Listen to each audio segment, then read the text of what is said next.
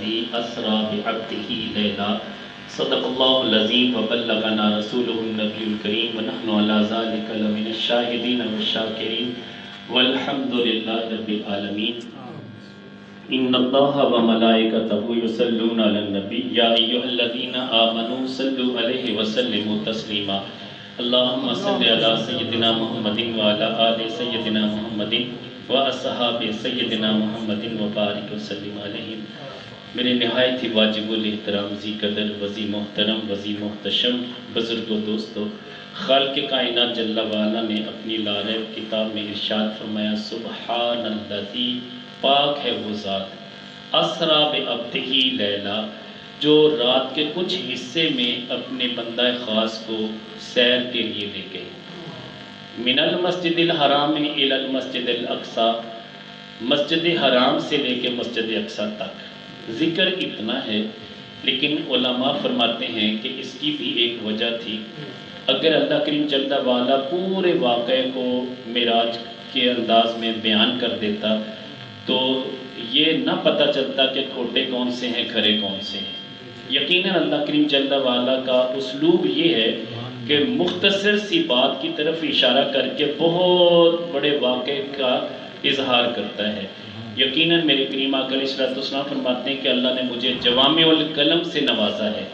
یعنی جوامع الکلم کیا ہے؟ مختصر سی بات ہوتی ہے، اس میں بڑی تفصیلات ہوتی ہیں۔ جیسے کریم آقا علیہ الصلوۃ والسلام نے فرمایا کہ السکوت سلامہ، خاموشی میں سلامتی ہے۔ تو جو شخص خاموش رہتا ہے وہ سلامتی میں رہتا ہے، وہ بات کرے نہ کرے اللہ کریم جل وعلا اس کے لیے سلامتی والا معاملہ فرما دیتا ہے۔ ایک بادشاہ تھا، اس کا سب زیادہ جب اس نے یہ حدیث سنی، اس نے کہا کہ اللہ کے پیارے نبی صلی اللہ علیہ وسلم کا فرمان علی شان برحق ہے کہ من نجات، جو نجات پا نجا من سکتا، جو خاموش ہو گیا اس نے نجات پا لی۔ من سکتا نجا، اس کو اس طرح ترتیب کے ساتھ لفظوں میں بیان کیا جاتا ہے کہ من سکتا، جو خاموش ہوا، نجا، وہ کامیاب ہو گیا۔ یہ مختصر سے 3 لفظ ہیں۔ اب بادشاہ کے اس شہزادے کو یہ بات اچھی لگی۔ مولانا روم رحمۃ اللہ علیہ لکھتے ہیں، آپ فرماتے ہیں کہ جب اس نے خاموشی اختیار کر لی، بادشاہ نے سمجھا کہ میرا بیٹا شاید بیمار ہو گیا۔ اس نے بڑے بڑے حکیم، بڑے بڑے طبیب بلائے اور وہ اسے بلانے کی کوشش کی، مگر وہ بولتا ہی نہیں تھا۔ اس نے اس حدیث پہ عمل کرنا شروع کر دیا۔ ایک حکیم جو دانا تھا، بڑی حکمت والا تھا، حکیم سے مراد ہم طبیب لیتے ہیں لیکن حکیم سے مراد حکمت والا، یعنی دانا آدمی، اس کو بلایا گیا۔ اس نے کہا جی اسے جنگل میں لے کے جائیں، شکار پہ بھیجیں، باہر کی تازہ ہوا لے گا، وہاں جائے گا تو یقیناً یہ بولنا شروع کر دے گا، کیونکہ پہلے یہ بولتا بھی تھا، سنتا بھی تھا، گفتگو بھی کرتا تھا۔ اب اچانک اس کی خاموشی، لگتا ہے کہ اسے کوئی پریشانی ہے۔ بادشاہ نے اپنے شہزادے کو شکار پہ بھیج دیا، اب شکاری بھی ساتھ ہیں۔ اچانک ایک درخت پہ ایک فاختہ بیٹھی تھی، شکاری شکار تلاش کر رہے تھے لیکن انہیں کوئی شکار مل نہیں رہا تھا، لیکن فاختہ تھوڑے سے لہجے میں بولی، انہیں پتہ چل گیا کہ یہاں فاختہ کی آواز آئی ہے۔ انہوں نے اسے تلاش کیا اور اپنے انداز میں جو ان کے پاس ہتھیار تھے اس سے شکار کے لیے وہ تیر پھینکا یا جو بھی اس دور میں ہتھیار تھا، وہ فاختہ تڑپتی ہوئی نیچے آ گئی۔ تو یہ شہزادہ ٹھہر نہ سکا، برداشت نہ کر سکا، اس نے کہا کہ صدقتا یا رسول اللہ، یا رسول اللہ آپ نے سچ کہا۔ اگر یہ فاختہ خاموش رہتی تو بچ جاتی۔ اس نے بولنا شروع کیا، بھی 2 لفظ ہی شاید بولی ہوگی جو اپنی بولی میں اس نے بولے، تو شکاریوں کو پتہ چل گیا، انہوں نے فوری اسے ڈھیر کر دیا۔ اب شہزادہ یہ بات کر تو چکا مگر خود پھنس گیا۔ خود تو یہ تھا کہ مطلب وہ بولتا ہی نہیں تھا، لیکن اب انہوں نے جا کے بتایا کہ حضور شہزادہ بالکل ٹھیک ہے، یہ تو اس طرح بولا۔ اب اس کی پٹائی ہوئی۔ جب اس کی پٹائی ہوئی تو پھر کہنے لگا صدقتا یا رسول اللہ، یا رسول اللہ آپ نے سچ کہا، اگر میں نہ بولتا تو میری پٹائی بھی نہ ہوتی۔ تو معاملہ یہ ہے کہ یہ چھوٹے سے 3 لفظ ہیں مگر اس میں کتنے بڑے واقعات پنہاں ہیں۔ تو رب کائنات جل وعلا نے اپنے محبوب کو جو سیر کرائی، اس کا انداز یہ کہ اس سے پہلے لفظ سبحان لگایا۔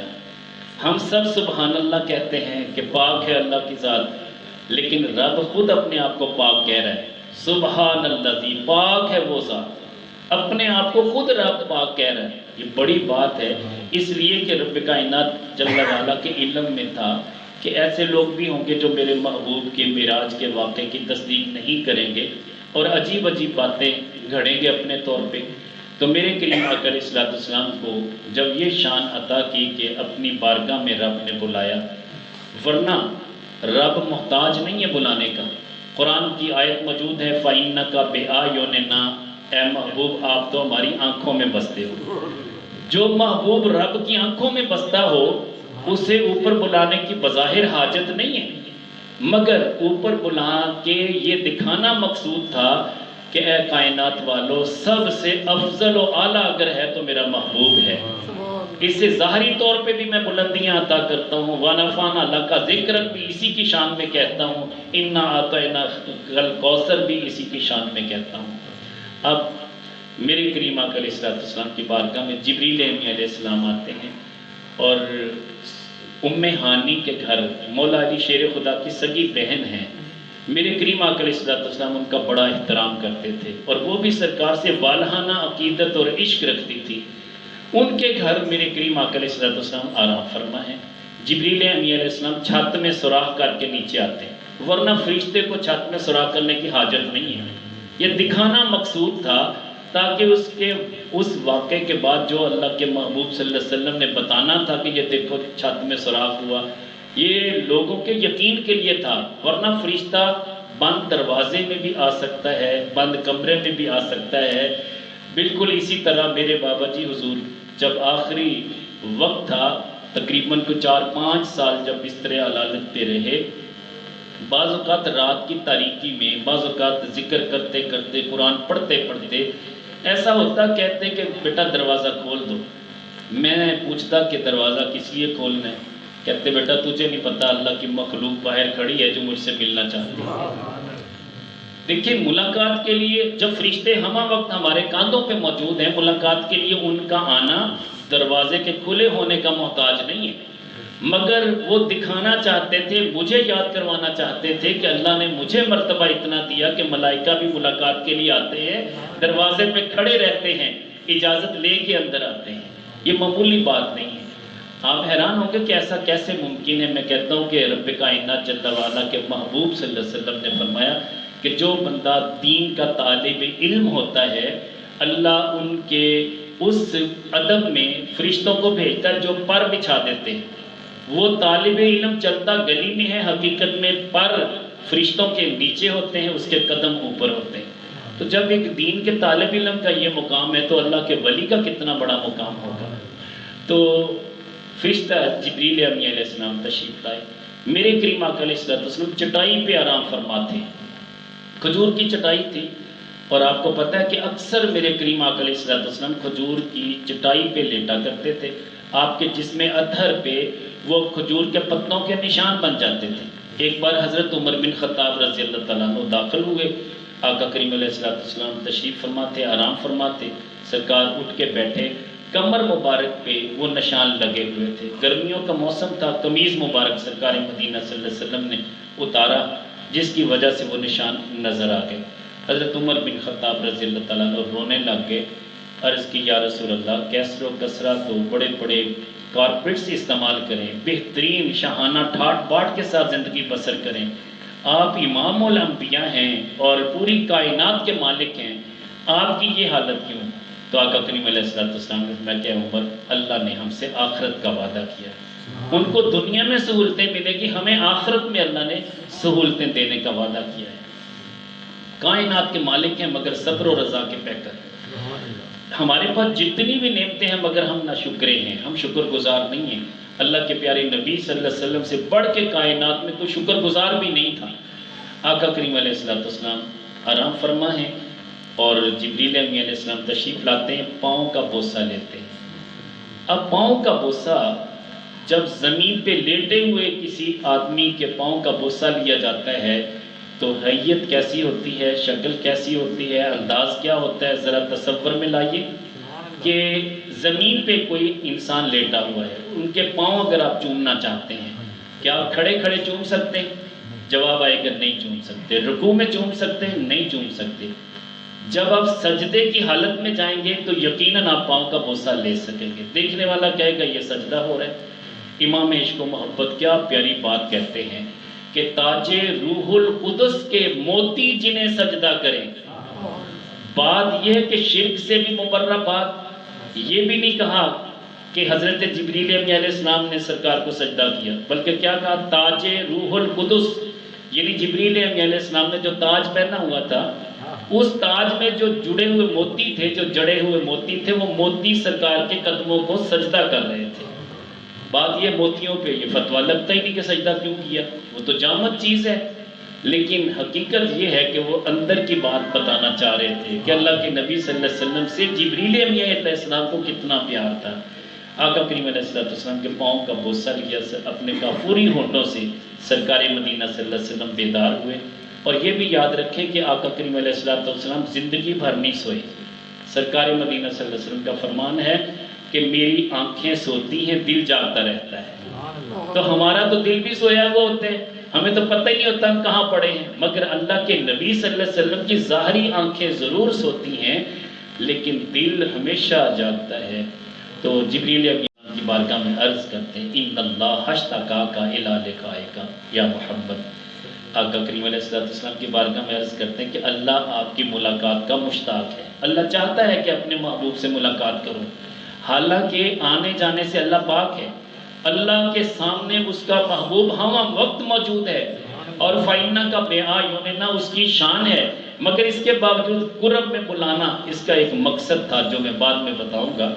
اب حضرت جبریل علیہ السلام آقا کریم علیہ السلام کو لے کے حتیم کعبہ میں جاتے ہیں. حتیم کعبہ سے بالکل متصل جو ملتزم ہے وہاں سامنے مقام ابراہیم بھی ہے، وہیں پہ آب زمزم کا کنواں ہے. تو جو پہلے لوگ تھے انہوں نے تو اس وقت نیچے جا کے بھی اس کنویں سے پانی نوش کیا. آج کل تو فرش برابر کر دیا گیا، نیچے کوئی جا نہیں سکتا. تو آقا کریم علیہ السلام کے قلب اطہر کو نکالا گیا، شق صدر ہوا، خون کا ایک قطرہ بھی نہیں نکلا. اس لیے کہ یہ ہمارا عقیدہ ہے کہ اللہ کے نبی نور ہیں. جہاں بشریت غالب آتی ہے وہ طائف کی وادی میں بشریت غالب تھی. طائف میں جب پتھر مارے گئے میرے کریم آقا علیہ السلام کے پاؤں لہو لہان ہوئے، خون بھی جاری ہوا. اسی طرح جنگ احد میں بھی ایسا ہوا. اسی طرح جب میرے کریم آقا علیہ السلام نے پچھنے لگوائے، ابو دجانہ صحابی کو دیے، انہوں نے اس خون کو نوش کر لیا. یہ روایتیں میں موجود ہیں. جب بشریت غالب ہوگی تو اللہ کے نبی صلی اللہ علیہ وسلم بشر ہیں، لیکن ساری دنیا کے پوری کائنات کے بشر ایک طرف، مگر میرے نبی کی بشریت ہمیشہ غالب رہی. تو جب نورانیت کی بات ہے تو نوری فرشتوں کا سردار بھی پیچھے رہ جاتا ہے، سرکار آگے ہوتے ہیں. تو بہرحال میں عرض کرنا چاہ رہا ہوں کہ علماء فرماتے ہیں کہ آقا کریم علیہ السلام کے دل اطہر کو آب زمزم سے غسل کیوں دیا گیا، یہ نقطہ بتانا مقصود ہے. نقطہ کیا ہے؟ وہ کہتے ہیں کہ اللہ کے نبی کا دل ناپاک نہیں تھا، اس لیے کہ انبیاء علیہ السلام معصوم عن الخطا ہوتے ہیں. دل صاف و شفاف تھا، اس کے باوجود اسے آب زمزم میں غسل کیوں دیا گیا؟ علماء نے بڑی پیاری بات کی کہ امت کا اتنا خیال تھا کہ اللہ جل شانہ نے اپنے محبوب کے دل کو آب زمزم سے دھونے کا حکم دیا تاکہ تا قیامت آنے والے آب زمزم نوش کرتے رہیں، محبوب کے دل کی تجلیاں ان کو ملتی رہیں. یہ اس میں راز تھا. اب یہاں سے چلے جاتے جاتے جب قبر موسیٰ کے پاس سے گزرے، مسلم شریف کی حدیث ہے، میرے کریم آقا علیہ السلام فرماتے ہیں رأیت موسیٰ قائم یصلی فی قبرہ، میں نے دیکھا موسیٰ علیہ السلام اپنے قبر میں کھڑے ہیں، نماز ادا کر رہے ہیں. علماء نے یہ بھی ترجمہ کیا کہ آقا کریم علیہ السلام کی بارگاہ میں صلاۃ والسلام پیش کر رہے تھے. یصلی کے دونوں معنی ہیں دونوں صورتوں میں. یہ بہت بڑی بات ہے کہ نبی قبر میں زندہ ہوتے ہیں. اللہ کے نبی صلی اللہ علیہ وسلم کا فرمان عالی شان ہے، مسلم شریف کی حدیث ہے. اور حضرت سعید بن مسیب جب یزیدی فوجوں نے مسجد نبوی پہ قبضہ کر لیا اور مسجد نبوی میں گھوڑے باندھ دیے اور یزیدی فوجوں کا ہی امام نماز پڑھاتا تھا، کوئی صحابی اس کے پیچھے نماز نہیں پڑھتا تھا. 3 دن تک مسجد نبوی بند رہی. سارے صحابہ اپنے گھروں میں محصور ہو گئے، گھروں میں نماز پڑھنے لگ گئے. کوئی بھی صحابی مسجد نبوی میں نہیں آتا۔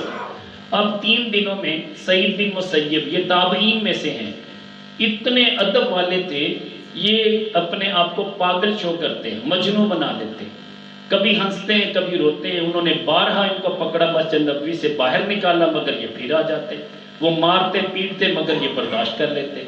کہتے ہیں کہ میرا بھی دل نہیں چاہتا تھا کہ ان کے پیچھے میں نماز پڑھتا۔ اذان بھی ہوتی، یزیدی فوجوں کا کوئی بھی امام اذان دیتا، مؤذن اذان دیتا، پھر جماعت ہوتی، یزیدی فوجیں نماز پڑھتی بظاہر، لیکن کہتے میں نے ایک دن بھی ان کے پیچھے نماز نہیں پڑھی، میں نے اپنے آپ کو مجنون بنا لیا۔ میں آقا کریم علیہ السلام کے قبر انور پہ چلا جاتا، رو رو کے سرکار کی بارگاہ میں عرض کرتا، حضور میں نے نماز پڑھنی ہے، میں جماعت کے ساتھ کیسے نماز پڑھوں؟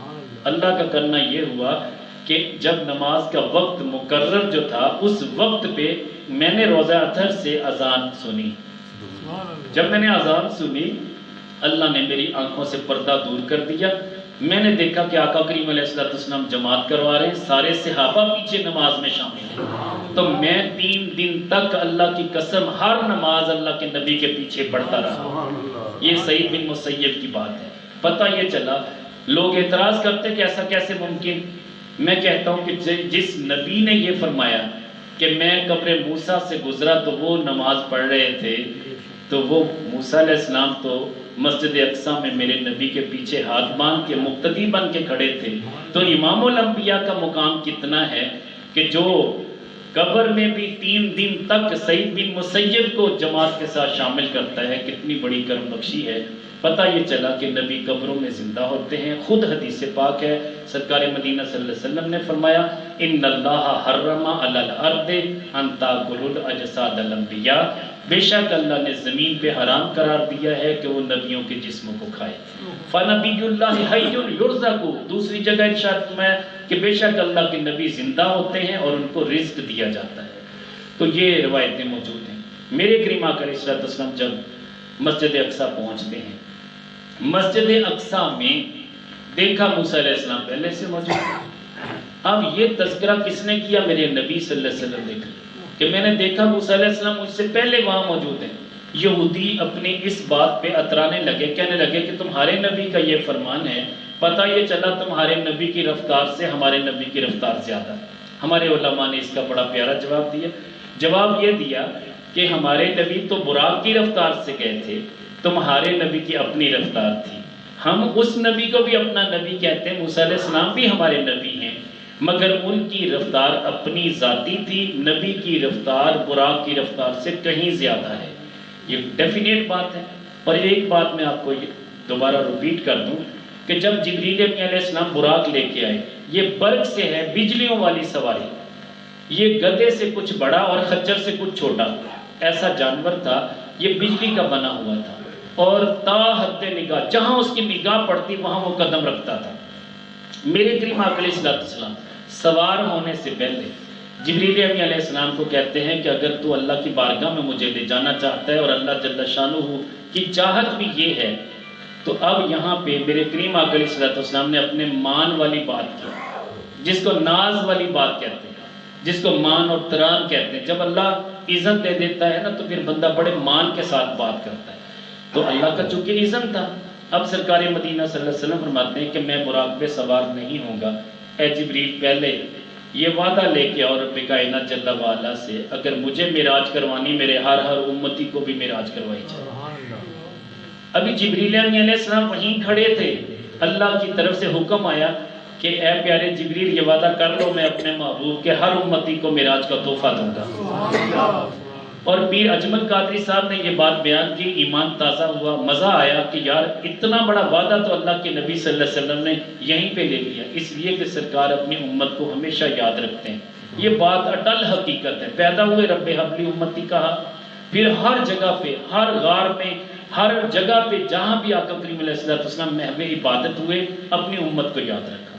اب معراج پہ جانے لگے، امت کو یاد رکھا، اور جب تشریف لے گئے وہاں پہنچتے ہیں مسجد اقصیٰ سے، پھر آقا کریم علیہ السلام انبیاء علیہ السلام کی امامت کرواتے ہیں، پھر نور کی سیڑھی آتی ہے، اس کے ذریعے آسمانوں کے بلندیوں میں جاتے ہیں، یہاں پہ بھی اعتراض کرنے والوں نے اعتراض کیا، اور اعتراض کیا کیا؟ کہنے لگے کہ یہ ایسا ممکن ہی نہیں ہے، کوئی بندہ اپنے جسم کے ساتھ نہیں جا سکتا، روحانی طور پہ وہ خواب میں تو زیارت کر سکتا ہے۔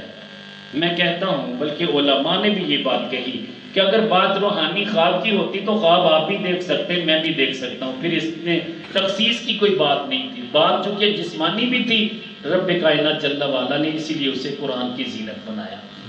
اگر صرف بات خواب کی ہوتی، خواب بعض اوقات میں بھی دیکھ لیتا ہوں، آپ بھی دیکھتے ہو کہ کبھی ہم مسجد نبوی میں ہوتے ہیں، کبھی حرم کعبہ میں ہوتے ہیں، بہت سارے بندوں نے یہ بھی خواب سنا ہے کہ حضور میں نے رات جنت میں سفر کیا، میں نے حوریں بھی دیکھی، غلمان بھی دیکھے، جنت کی نہریں بھی دیکھی، میں نے رب کا دیدار بھی کیا۔ ایسے لوگوں کے واقعات موجود ہیں۔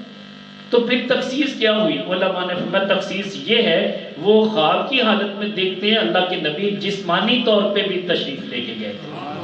اب جب آسمان کی بلندیوں میں پہنچے، لوگوں نے اعتراض کیا، سائنس یہ کہتی ہے، عقل نہیں مانتی، عقل کہتی ہے کہ یہاں سے بہت دور تک جو ایک کرہ ہے وہ ہوا کا کرہ ہے۔ پہلی تو بات ہے کہ بندہ جب اپنے جسم کے ساتھ اوپر جائے گا تحلیل ہو جائے گا، پھر آگے ایک کرہ ہے اسے زمہریر کہتے ہیں، وہ برف والا کرہ ہے کہ اس میں بندہ جم جائے گا، اتنی ٹھنڈک ہے اس میں۔ پھر اس سے آگے کرہ نار ہے، وہاں پہ بالکل جل کے راکھ ہو جائے گا، ختم ہو جائے گا۔ پتہ یہ چلا کہ اوپر بندہ جا نہیں سکتا۔ یہ عقل نہیں مانتی، سائنس نہیں مانتی، مگر ہمارے علماء نے بڑی پیاری بات کی۔ یقیناً ایمان تازہ ہوتا ہے۔ یہ ہم علماء کی باتیں آپس میں سنتے اس لیے تاکہ ہمارا ایمان تازہ ہو۔ علماء فرماتے ہیں کہ میرا رب خود لے کے گیا اپنے محبوب کو، اور اسی لیے فرمایا سبحان اللہ اسرا، پاک ہے وہ ذات جس نے اپنے بندہ خاص کو سیر کروائی۔ اب سیر کروانے والا رب ہو تو کسی کو اعتراض کی گنجائش ہی نہیں۔ جیسے آدم علیہ السلام، اما حوا زمین میں اتارا گیا، انہی گروں سے گزر کے وہ آئے، لیکن ان کے جسم تحلیل نہیں ہوئے۔ عیسیٰ علیہ السلام کو زندہ ایسے اٹھا لیا گیا چوتھے آسمان پہ، عیسیٰ علیہ السلام موجود ہیں۔ اب عیسیٰ علیہ السلام بھی تو انہی گروں سے گزر کے گئے، ان کا جسم بھی تحلیل نہیں ہوا۔ میرے کریم آقا علیہ السلام فرماتے ہیں میں نے عیسیٰ علیہ السلام کو مسجد اقصی میں بھی دیکھا، جب میں چوتھے آسمان پہ گیا وہاں بھی دیکھا۔ پتہ یہ چلا کہ نبی کا جسم تحلیل نہیں ہوتا، یہ وراء الورا مخلوق ہوتی ہے تو بشر ہی ہے، تو انسان ہی، مگر یہ سارے بشروں سے بڑھ کے بشر ہوتے ہیں، ان جیسی کیفیات کسی عام بشر میں نہیں ہوتی۔ تو لہٰذا یہ نبی السلام آسمان کی بلندیوں پہ جاتے ہیں، فرشتوں کے پروں پہ سوار ہو کے نوری فرشتوں کے ذریعے آخری آسمان تک پہنچتے ہیں، پھر جبریل امین علیہ السلام اپنے پروں پہ اٹھاتے ہیں اور سدرۃ المنتہا تک لے کے جاتے ہیں۔ عرض کرتے ہیں کہ یا رسول اللہ آگے ایک قدم بھی بڑھا تو میرے پر جل جائیں گے۔ 600 پر ہیں جبریل امین علیہ السلام کے، مگر وہ آگے نہ جا سکے۔ عرض کی حضور میں جل جاؤں گا۔ میرے کریم آقا علیہ السلام نے فرمایا اچھا جبریل اگر تو نہیں آگے جا سکتا تو میرے لیے اللہ سواری کا بندوبست کرے گا۔ ایک ایک نوری تخت انتظام کر دیا گیا، سرکار اس پہ سوار ہوئے، وہ نوری تخت سرکار کو آگے لے کے گیا، لیکن وہ بھی ایک حد تھی، وہاں تک گیا۔ اس کے بعد وہ بھی رف بھی تھر تھرا کے گر پڑا، جب وہاں سے آگے سرکار کی اپنی رفتار شروع ہوتی ہے، کیونکہ لوگوں نے اعتراض کیا کہ موسیٰ علیہ السلام کی اتنی رفتار کہ وہ مسجد اقصی میں پہلے پہنچے، سرکار بعد میں۔ اس کا جواب ہمارے علماء نے دیا کہ ہمارے نبی تو اپنی رفتار سے ابھی گئے نہیں، ہمارے نبی کی رفتار ان 5 مرحلوں سے بھی بعد میں شروع ہوئی۔ جب رف بھی تھک گیا، پھر میرے نبی نے جو ایک قدم اٹھایا ان 5 منزلوں کے برابر ایک قدم تھا۔ اس طرح کے 70,000 قدم میرے کریم آقا علیہ السلام نے اٹھائے۔ مولانا روم رحمۃ اللہ علیہ بڑی پیاری بات لکھتے ہیں، آپ فرماتے ہیں کہ اگر جبریل امی علیہ السلام اللہ کے نبی کے ساتھ چلتے تو ان کا ایک پر بھی نہ جلتا۔ یہاں جبریل امی علیہ السلام اپنی ظاہری حوالے سے، چونکہ رب کا حکم تھا کہ اس سے آگے نہیں آنا، اگر آگے آؤ گے تو پر جل جائیں گے، جبریل امی علیہ السلام یہاں پہ رک گئے، لیکن اگر چلتے اللہ کے نبی کے صدقے میں وہ بھی وہاں تک جاتے جہاں تک اللہ کے نبی جاتے۔ بات یہ ہے کہ جہاں اللہ کے نبی سوار ہوں وہاں پہ آپ کی کیا اوقات ہے؟ تو پتہ یہ چلا کہ جبریل علیہ السلام بھی یہاں پہ خاموش ہو گئے، اور یہ بھی اس میں حکمت تھی کہ جبریل علیہ السلام کا مقام دکھانا تھا کہ یہاں تک نور کی بھی بس ہو جاتی ہے۔ پھر آقا کریم علیہ السلام جب 70,000 قدم اٹھاتے ہیں آواز آتی ہے کف یا محمد ان ربک یصلی، اے محمد صلی اللہ علیہ وسلم آپ آرام فرمائیے، ٹھہریے، بے شک آپ کا رب آپ پہ درود بھیج رہا ہے۔ پھر کتنے قریب ہوئے، اتنا قرب پایا، فکان قاب قوسین او ادنا۔ یہ قاب قوسین کیا ہے؟ قوس کہتے ہیں آدھے دائرے کو، ایک گول دائرہ ہو اس کو ہاف کر دے، تو جب یہ سمجھ لیں کہ دونوں ہاتھ اس طرح پھیلائے جائیں یہ ایک قوس ہے۔ قوسین دو قوسوں کو کہتے ہیں، آگے سے وہ بھی تو کمال ہے نا، جس کی بارگاہ میں گئے تھے، اگرچہ وہ تشبیہ سے پاک ہے، اگرچہ وہ شکل و صورت سے پاک ہے، ہم اس کا اندازہ نہیں کر سکتے، مگر اسی کا فرمان ہے فَقَانَ قَابَ قَوْسَيْنِ، گویا کہ ادھر سے بھی ایک قوس بنی ادھر سے بھی قوس بنی، یہاں تک بس نہیں فرمایا او ادنا، یا اس سے بھی زیادہ قریب۔ اب اندازہ خود کر لیجئے، فتویٰ لگانے کی حاجت ہی نہیں ہے، رب کا قرآن کہہ رہا ہے فَقَانَ قَابَ قَوْسَيْنِ او ادنا، یہ دونوں آپس میں قوسیں بن گئے۔ قوس حقیقت میں یہ آدھے دائرے کو کہتے ہیں، دونوں دائرے آپس میں ملے۔ اب وہ کہتے ہیں کہ محیط، یہ جو دائرے کا محیط ہوتا ہے اس کو آپ دیکھیں کہاں سے شروع ہوا کہاں ختم ہوا، اس کی انتہا نہیں۔ آپ جب دائرہ یہاں سے شروع کریں گے، گول دائرہ لگانا چاہیں گے، یہاں کے ختم ہو گیا، لیکن جب دائرہ کمپلیٹ ہو گیا اب بتا نہیں سکتے کہ یہ شروع کہاں سے ہوا تھا، نہ اول کا پتہ نہ آخر کا پتہ۔ امام عشق و محبت نے اسی کو تعبیر کیا ہے اور فرمایا ہے کہ اس کے چکروں میں نہ پڑنا، یہ کسی پہ یہ معنی اول و آخر ظاہر ہو ہی نہیں سکتے۔ کس چکر میں پڑ گئے؟ تم کو ابھی لالے پڑے ہوئے ہیں اس بات کے کہ تم تحقیق میں پڑے ہوئے ہو، تمہیں کیا پتا اول کیا تھا آخر کیا تھا؟ جب دائرہ بن گیا پھر اول و آخر کے معنی یہیں پہ عیاں ہوئے۔ تو رب کائنات جل وعلا نے اپنے محبوب صلی اللہ علیہ وسلم کو آ کے بلایا اور بلا کے اپنی شان کے لائق ملاقات کروائی اور فرمایا اے محبوب اوپر دیکھیے۔ جب اوپر دیکھا تو رحمت ہی رحمت تھی، نیچے دیکھا رب کائنات جل وعلا نے اپنے محبوب کو اپنی خدائی دکھائی، پوری کائنات دکھائی۔ اور یہ بھی یاد رکھیں کہ جب بندہ دور سے دیکھتا ہے تو چیز چھوٹی نظر آتی ہے، تو جب وہ نیچے پوری کائنات کو دیکھا، ساری مصنوعات کو دیکھا، ساری خدائی کو دیکھا، پوچھا اے محبوب بتا یہ بڑی ہے یا اوپر میری رحمت بڑی ہے؟ عرض کی باری تعالیٰ تیری رحمت بڑی ہے۔ فرمایا تو پھر میری رحمت چھما چھم آپ کی امت پہ برستی ہے۔ رب کائنات جل وعلا نے جب سلام کیا السلام علیکہ ایھا النبی ورحمۃ اللہ وبرکاتہ، یہ رب کے طرف سے اپنے محبوب کی طرف سلام تھا، سلامتی کا وعدہ کر دیا، برکتوں کا وعدہ کر دیا، رحمتوں کا وعدہ کر دیا۔ اب آقا کریم علیہ السلام کیا فرماتے ہیں؟ السلام علینا، اے مالک صرف مجھ پہ سلام نہ بھیج بلکہ السلام علینا ہم سب پہ، میرے جو امتی ان پہ بھی تو سلام بھیجنا، وعلی عباد اللہ الصالحین، اور جو نیک بندے ان پہ بھی سلام بھیج۔ یہ وعدہ میرے رب سے میرے نبی صلی اللہ علیہ وسلم نے لیا۔ آقا کریم علیہ السلام یہ وعدہ لے کے آئے، پھر موسیٰ علیہ السلام سے ملاقاتیں ہوئیں، 50 نمازیں تھیں، 9 چکر لگائے، 5 نمازیں معاف ہوئیں۔ موسیٰ علیہ السلام نے پھر کہا کہ ایک بار چکر اور لگا دیں، مگر آقا کریم علیہ السلام نے فرمایا اب مجھے شرم آتی ہے کہ میں دوبارہ جاؤں۔ یقیناً اللہ کی مرضی یہ ہے کہ ہر چکر میں 5 نمازیں معاف کرتا ہے، جب کوئی بھی نماز لے کے نہیں جاؤں گا، میں نے تو پہلے التجا کی تھی کہ مالک میری امت کو بھی معراج کروانا، تو رب نے معراج نماز میں رکھی ہے، الصلاۃ معراج المومنین، تو لہٰذا اب میں دوبارہ نہیں جاؤں گا۔ تو یہ 5 نمازیں، من جاء بالحسنہ فلہ عشر امثالھا، جو ایک نیکی لے کے آئے گا اللہ اسے 10 گنا زیادہ کر دے گا۔ 5 نمازیں ہیں، 10 گنا زیادہ ہوئی تو 50 نمازیں بن گئی، ثواب 50 کا رہے گا۔ لا تبدیل لکلمات اللہ، اللہ کے کلمات تبدیل نہیں ہوتے۔ علماء نے ایک بات بڑی پیاری کہی، وہ کہتے ہیں کہ جب موسیٰ علیہ السلام کی قبر کے پاس سے سرکار گزرے، ان کو نماز پڑھتے دیکھا، سرکار بھی نیچے تشریف لائے، 2 نفل سرکار نے بھی ادا کیے۔ آقا کریم علیہ السلام نے مسجد اقصیٰ میں بھی 2 نفل ادا کیے، ابھی نماز تو فرض نہیں ہوئی تھی، یہ کیسی نماز تھی؟ وہ کہتے ہیں کہ رب کائنات جل وعلا نے اپنے نبیوں کو یہ حکم پہلے سے دے رکھا تھا، لہٰذا آقا کریم علیہ السلام کی پیشانی میں سجدوں کا نور ہمیشہ سے رہا۔ تو نماز اتنی تاکید والی چیز ہے، جب فرض نہیں تھی میرے نبی تب بھی پڑھا کرتے تھے، تو لہٰذا ہمیں بھی نماز کا اہتمام کرنا چاہیے۔ اب میرے کریم آقا علیہ السلام جنت کا نظارہ کرتے ہیں، حارثہ بن نعمان کو دیکھتے قرآن پڑھ رہے ہیں، پوچھا ہے جبریل یہ جنت میں کیسے؟ میں کہ یا رسول اللہ یہ اپنے ماں باپ کا ادب کرتے ہیں، اس کے صلے میں رب نے انہیں جنتی بنا دیا، ایڈوانس یہ جنت میں قرآن پڑھ رہے ہیں۔ اور آقا کریم علیہ السلام نے دیکھا کہ اللہ کے نور کے اندر کچھ لوگ موجود ہیں، اور پوچھا ہے جبریل یہ کون لوگ ہیں؟ میں کہ یا رسول اللہ جو اپنے ماں باپ کا ادب کریں گے، قدر کریں گے، اللہ کے عرش کے نور کے نیچے یہ ہمیشہ نور میں رہا کریں گے، ان کی یہ شان ہوگی۔ اور پھر آقا کریم علیہ السلام نے بلال حبشی رضی اللہ تعالیٰ عنہ ان کے جوتوں کی آہٹ بھی سنی، پوچھا ہے جبریل یہاں بلال کیسے آیا؟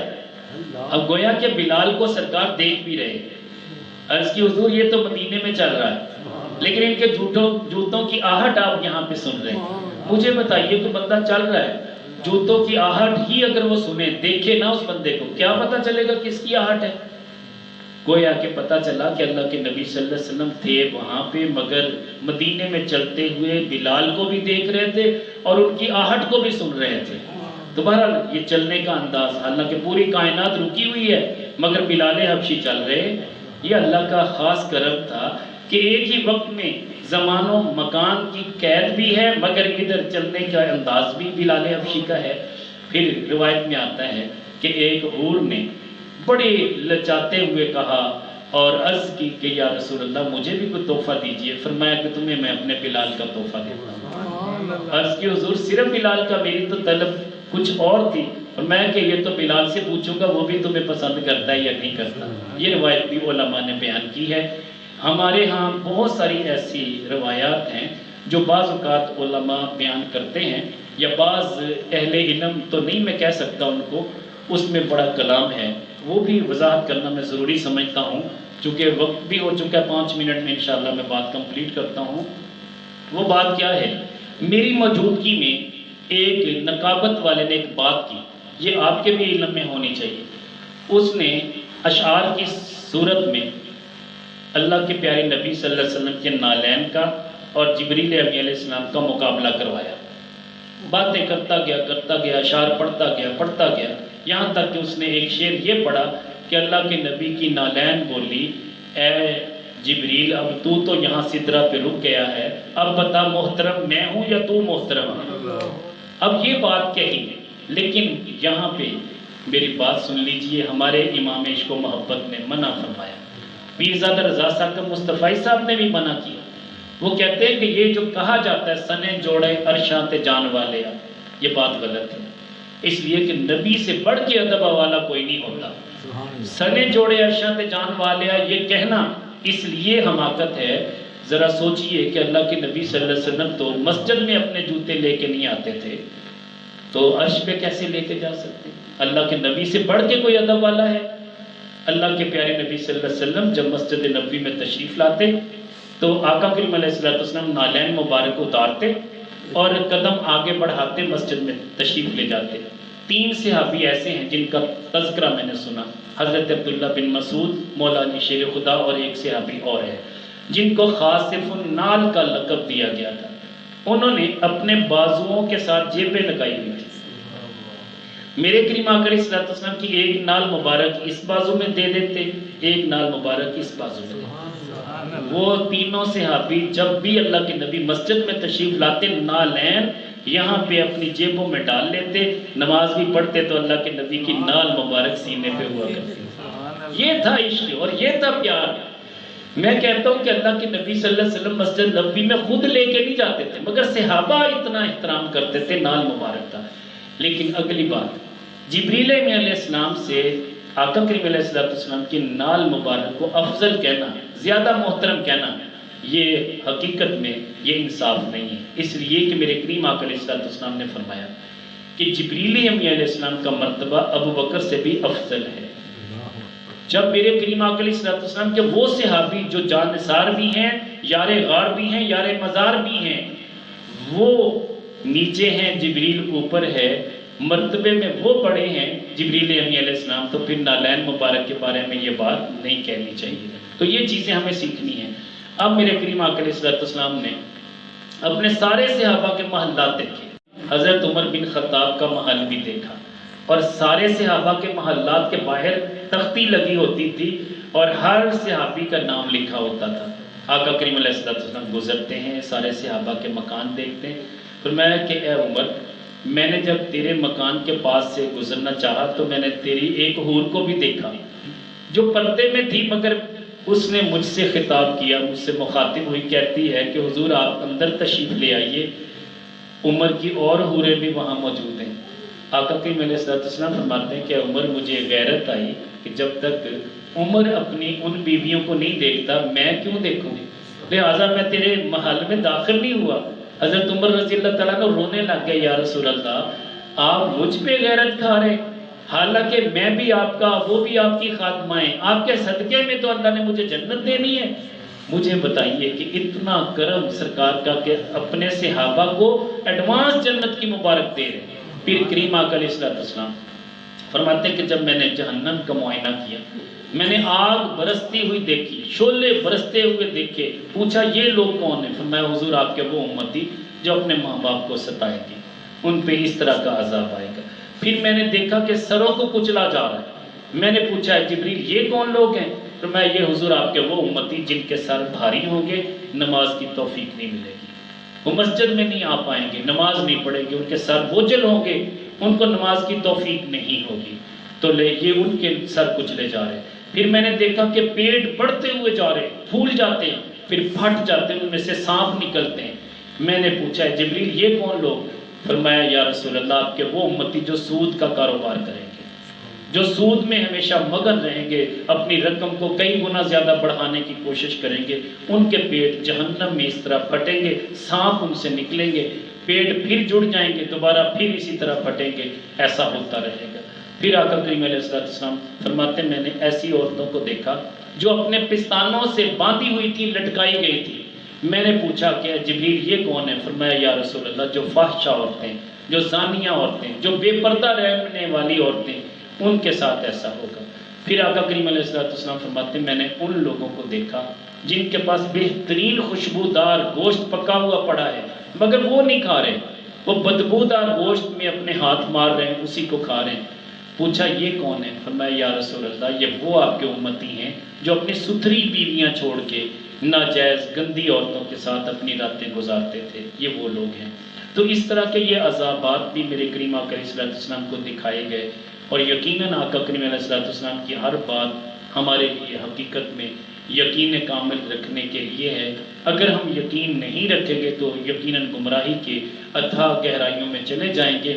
اللہ جل شانہ ہمیں آقا کریم علیہ السلام کے ہر فرمان کو دل و جان سے سمجھنے کی، اس پہ عمل کی توفیق عطا فرمائے۔ وما علینا الا البلاغ۔